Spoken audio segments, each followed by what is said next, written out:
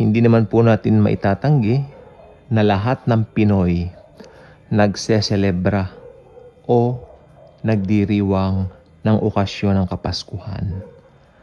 Ito po hindi maitatanggi since ang Pilipinas po ay tinaguriang Christian country.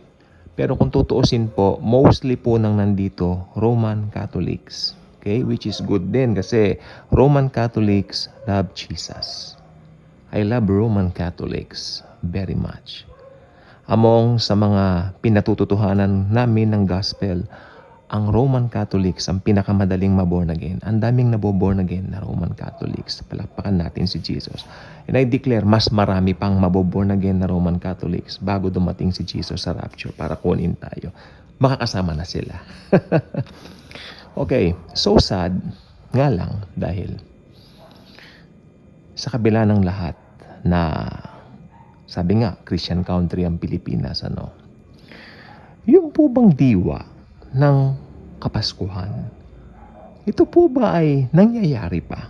2023, hello. 2023. 1950s, pwede pa siguro. Panahon pa ng mga lolo ko sa tuhod yan, pwede pa siguro. Yes, it can. But, yung panahon natin ngayon, kami, mga millennials, yung sumunod sa amin, mga Gen Z. Yung mga susunod pa kaya, naku po. Anong klaseng generation na kaya yun, po? Kung hindi pa magra-rapture. Ano ang Pasko? I mean, 2023, hello. Tignan natin ang Pasko. Yun totoo? Ano ang Pasko ngayon, 2023? Bagong iPhone, bagong Honor 90 5G. Siyempre, ang pinakamagandang telepono ngayon, hindi maitatanggi, Huawei Mate 60 at saka yung Huawei Pro 60. Yan dalawang yan ang pinakamagandang telepono sa balat ng lupa ngayon. At yan ang pinag-iipunan ng mga ibang kakilala kong mayayaman naman. I mean, kaya nilang bilhin but still, tinitingnan pa rin yung budget. Ano pa? Pasko, handaan, lagi naman po taon-taon. Pero hindi, ibahin natin. Pasko, sa Pilipinas, pupunta ng BGC. Actually, hindi na po sikat yung mga malls Puro na sa BGC, ganyan na, no? Nag-iiba. Kanina habang naliligo ako, I was thinking, nung kami mga bata, sabi ko, while growing up in the 90s, hindi ganito ang buhay. Hindi ganito, may kasimplihan. Actually, sabi ko, Lord, yung mga taong kakilala ko noon, kakilala namin noon, na mga may edad na noon, wala na ngayon. Malungkot dahil naging mabuti itong mga taong ito sa amin. No? Ngayon ay, siyempre, pumanaw na. Hindi natin kayang kontrolin ang pagbabago ng panahon. We cannot control. In fact, ang sabi ng Hebrews chapter, kung hindi ako nagkakamali na sa chapter 5 yata yun, no? If I'm not mistaken, Jesus Christ the same yesterday, today, and forever. So, it's kinda weird na kahit na gano'n ang katotohanan na yan, ang mga tao ngayon, even Christians, hindi yata nila nalalaman yan. Dahil even Christians right now, parang nakasentro sa materialismo, sa materialism. I'm not condemning anyone. Ako, meron po akong pangangailangan. Ang kulit-kulit ko na po doon sa ahenteng kasama ko kung ano ang mangyayari sa mga buyer. Ako tawag yung isang kasama kong ahente sa akin. I mean, Lord, kailan matatapos ito? Supposed to be last week pa. Pero napansin ko, nakatutok na kami masyado sa mundo. Teka lang po, Panginoon ka ko, ay magpapasko. Ang sabi ng mga kasamahan ko, ng mga ahente, magpapasko, kailangan na yung pera, natameme ako.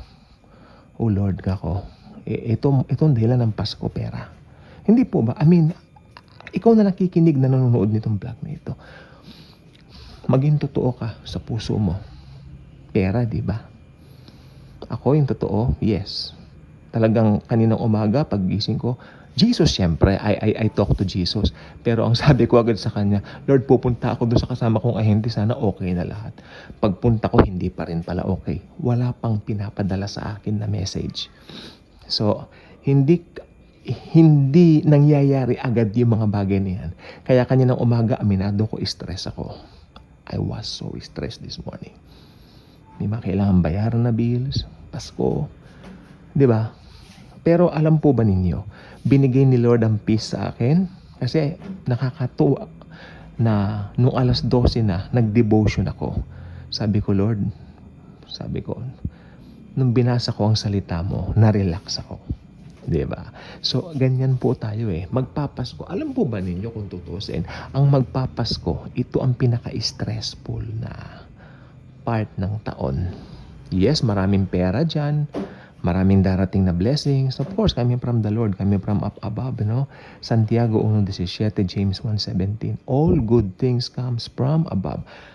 The Father of love. Goodness, the Father God. Pero, kung titignan po natin, masyado na tayong focus sa material.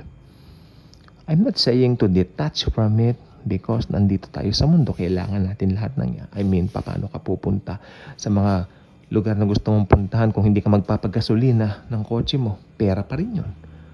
Paano mo aayusin yung mga dapat mong ayusin kung hindi ka magpapaserox? Pera pa rin yun. Diba? I mean, yeah. We need money. Pero ang diwa ng Pasko po ay ang God of Gods, the Lord Jesus Christ. Masyado tayong stress, masyado tayong nadadala ng mga dapat nating gawin, bilhin. Marami po yan. Especially, alam po ba ninyo, ito po wag pong tatamaan yung iba. Marami akong kilalang Kristiyano ngayon. Hindi naman po ganun ka up, or should I say, ganun ka angat ang buhay, but ang nakakatakot, nakikipag-compete. Kompetensya doon sa mga talagang meron. Mga Kristiyano po yan. I see something's wrong dahil ang priority na ay material. Hindi po masama ang material. Ako nangangailangan din po ng material things. Pero aminado po tayo dito bilang mga mananampalataya. Tayo po ay tinawag to evangelize people. Baka kako nakalimutan mo na yung totoong katawagan mo natin. Malungkot po yan. Our calling is to share Jesus. His love, His grace. Sa pantanong ko, itong Kapaskuhan ba na ipagdiriwang pa rin ba yung tunay na diwa nito? Ito yung tanong ko kanina. Tanungin na lang po natin ang mga sarili natin. Sapagkat ito pong tanong na ito iiwanan kong tanong. Napagdiriwang pa ba natin yun? Dapat ipagdiwang. Yung tunay na kadahilanan ba ng Pasko, siya pa rin bang nagagawa natin tuwing sumasapit ang Pasko? It's all about money ba? It's all about material things ba? It's so sad. How about paggising mo sa Pasko, Happy Birthday, Lord Jesus? Maski ganon. And then, the Lord loves to bless His people, the born-again Christians. Ayan po ay hindi may tatanggi. But ang katotohanan po na nakikita ko ngayon sa mundo, mas focus ang tao, believer kay unbeliever, sa pera, sa stress. Pero alam po ba ninyo, 3 years back, COVID-19, di ba? Hindi tayo makalabas, pare-pareho. Pupunta ka lang noon ng Divisoria, pupunta ka lang noon ng Tiangge, pahirapan pa. Hahanapan ka pa ng kung ano-anong mga ID. Pero ngayon, natapos na yung pandemic na yun. Balik ba sa dati uli? I mean, ganoon na lang ang buhay. More on kaisipan natin sa world. Nasa world po tayo, hindi po masama yan. Pero ang akin lang naman po, kaya ginawa ko itong video ito, baka naman po nakakalimutan na natin, ano ba yung dahilan tayong mga born-again Christians kung bakit tayo nandito. Tayo po ay tinawag para mag-share ng good news ng Panginoong Hesukristo. Tinawag po tayo to evangelize people para maging mga ebanghelisador niya. Lalo na po ngayon, magpapasko, dapat natin malaman na si Jesus ang tunay na diwa nito. Kaya kung ikaw ay hindi pa subscriber sa channel na ito, I invite you to do so. Click the notification bell, share the video, share the love, and the wonderful grace of the Lord Jesus Christ. Thank you, and Jesus truly loves us all.